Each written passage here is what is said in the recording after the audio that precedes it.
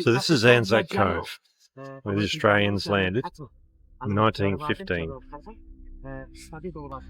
Has changed because of that road that's been built.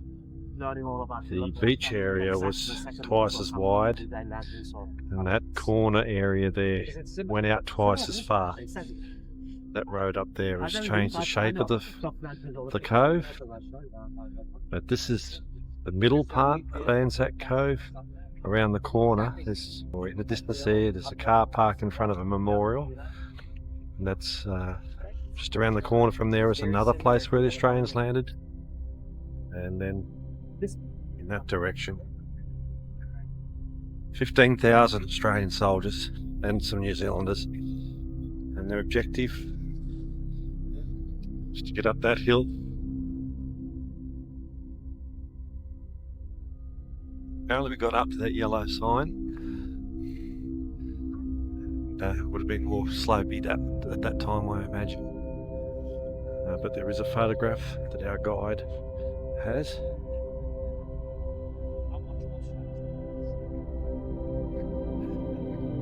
What Anzac Cove looked like.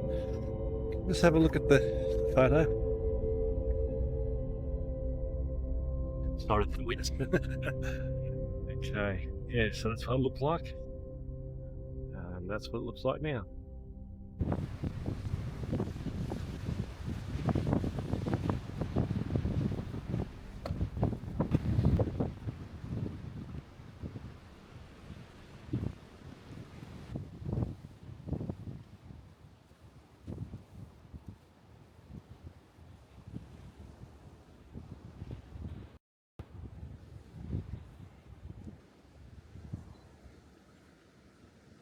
It's quite important, 25th of April.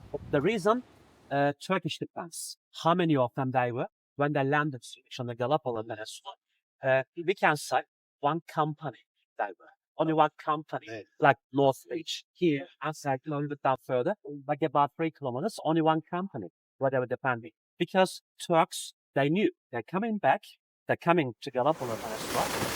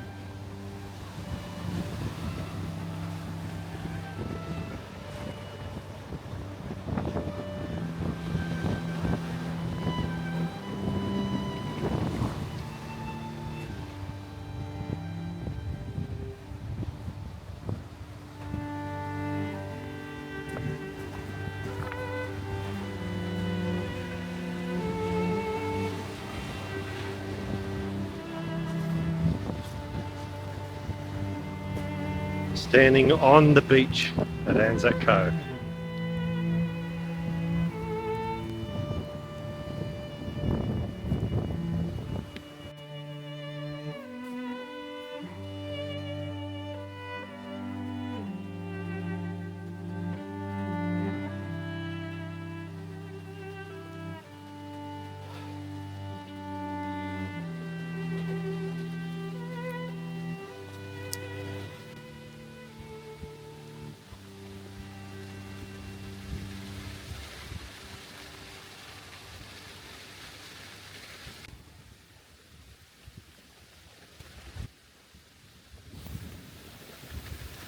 That's the beach down there, and up there in the hills is the objective. We got within very close distance, within hours of landing, but Ataturk managed to get his forces, his reinforcements up to the top before we did, and that's when things froze.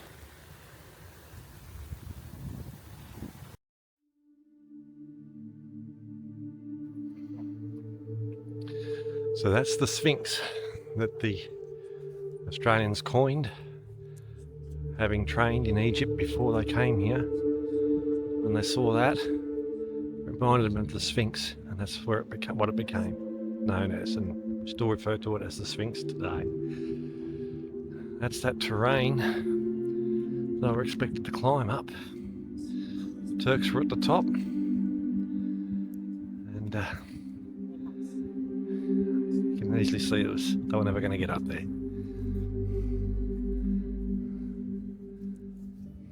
was not going to happen. 9 months they sat here at the foot of this, under fire.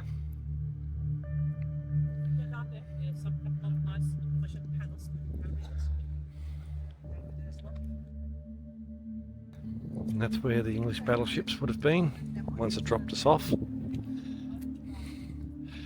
and presumably fired on the shoreline to soften up the positions before the landing.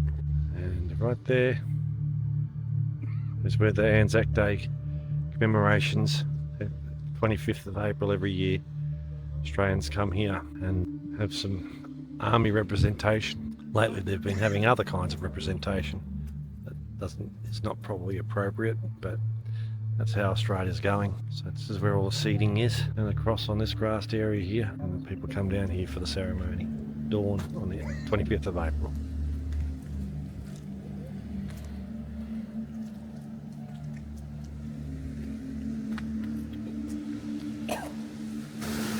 And this is North Beach, the third landing part of the Anzac campaign.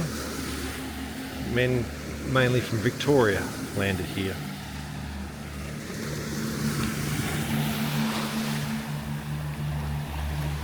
Centre part here were mixed brigades from Western Australia, Queensland,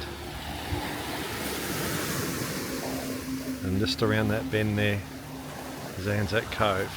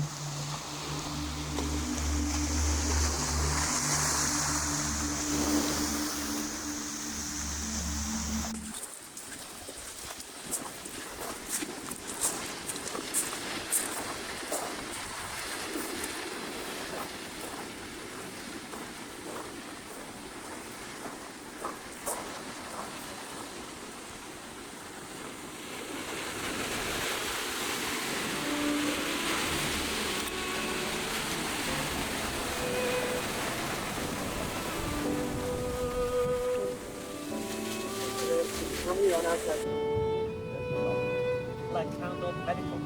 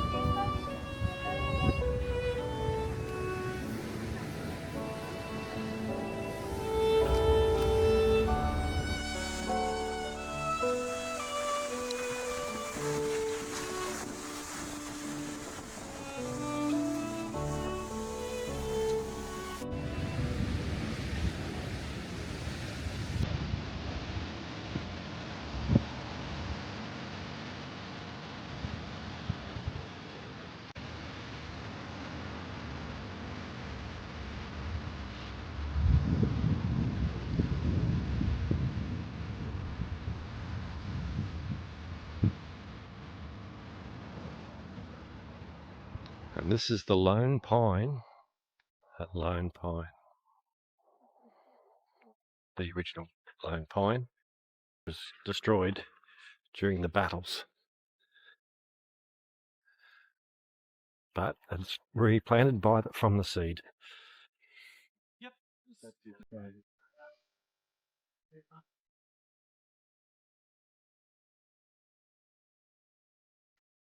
Another one. Okay.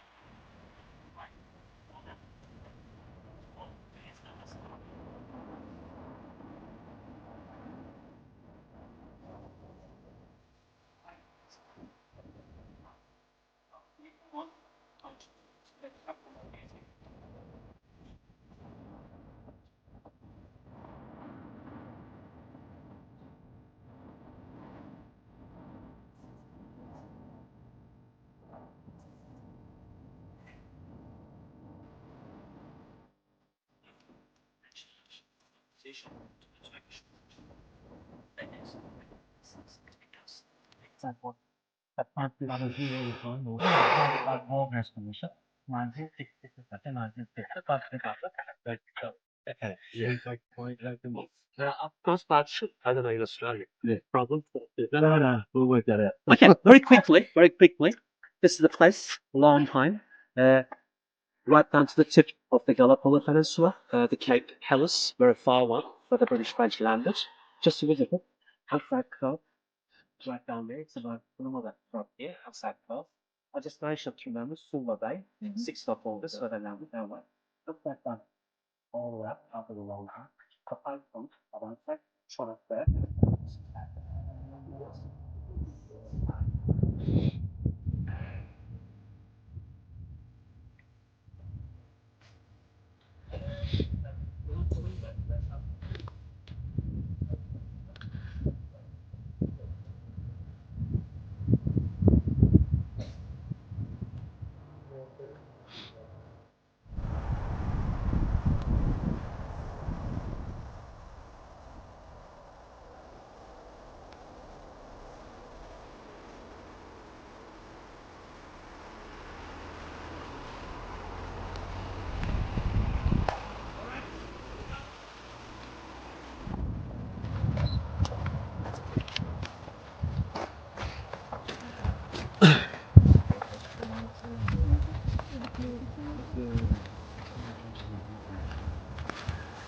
Okay, Turkish, the first line trench, whereabouts they were, not this part, they were 3-6 after the distance, open area, where there's some remains of the trench at the back. Oh, yeah. Right there, or with a white information panel, the bronze sign as well, Turkish line, all along there, Turkish line. If you follow me again, please. Okay.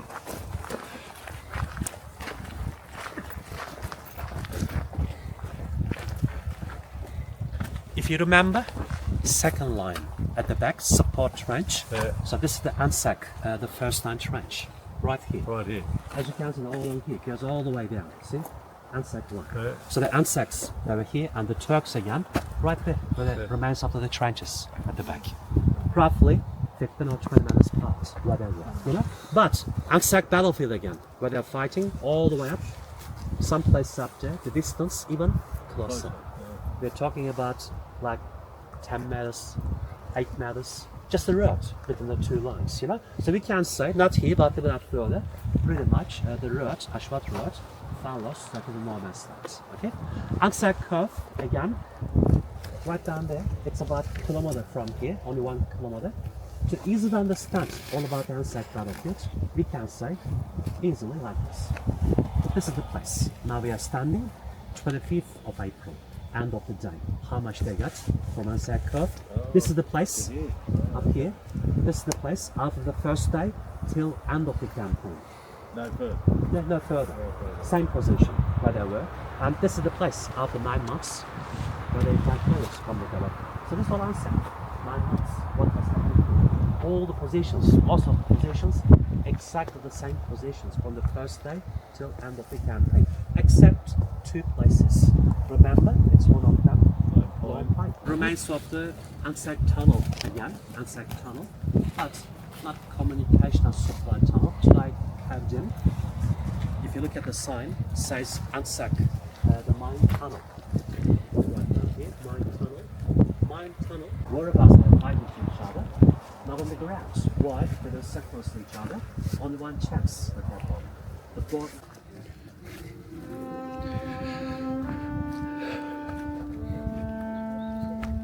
So this is the walk from the Australian trenches to the Turkish trenches.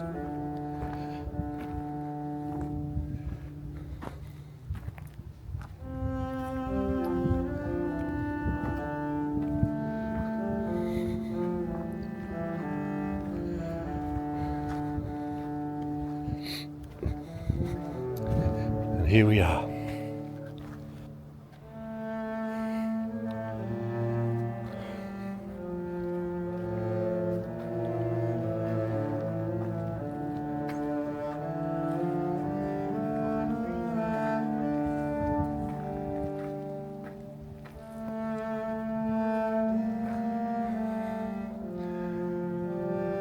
So the Australian frontline trenches is where that woman in the front is walking now. What can you do with a slingshot, let alone a rifle? I can see why you'd be pinned down. And they couldn't make it past here. This is as far, well, that's as far as Australians got.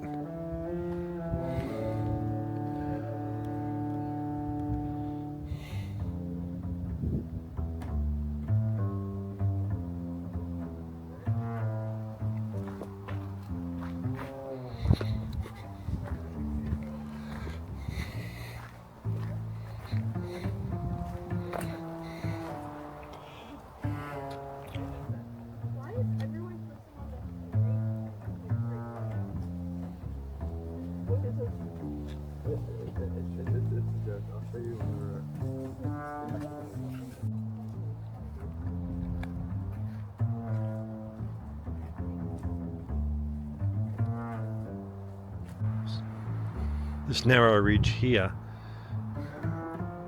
is a drop off on that side, and then it's a further drop off on that side.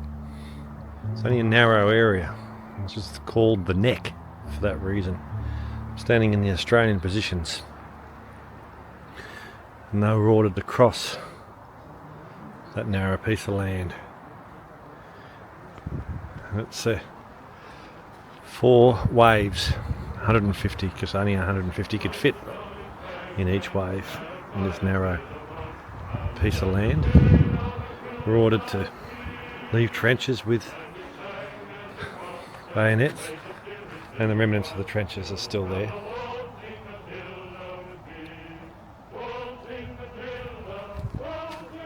An attack in this direction.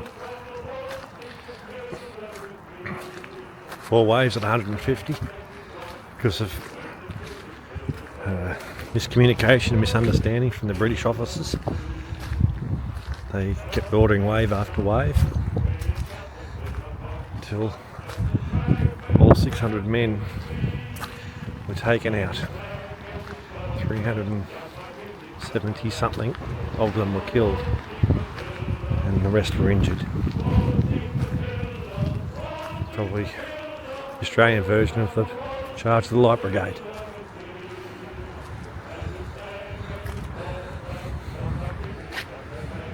Memorial to the Battle of the Neck.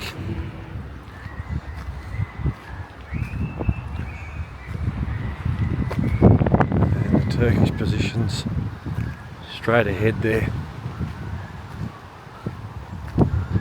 where they could see the Australians coming. They just mow them down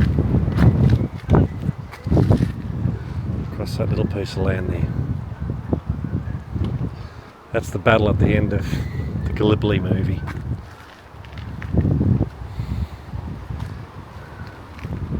It's based, well not based, it's allegedly depicting the Battle of the Neck.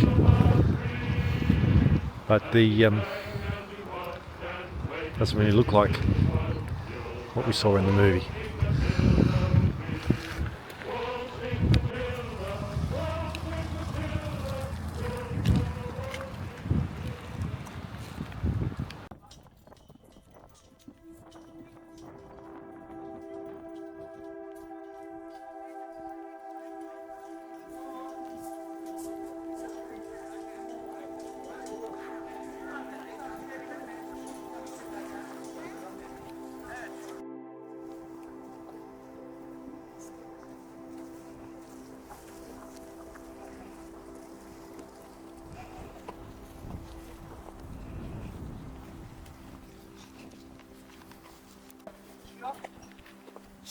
Şöyle bakalım. Ondan uçtuk sabahına gidelim. Şafak vakti. Binlerce bakın asker burada savaşıyor. İşte ne kadar sakin değil mi?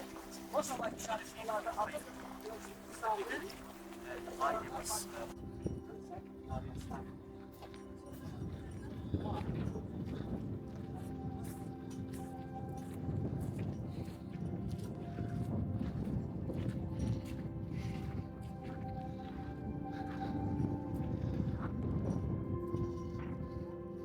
Mustafa Kemal Atatürk, commander of the Turks and first president of Turkey.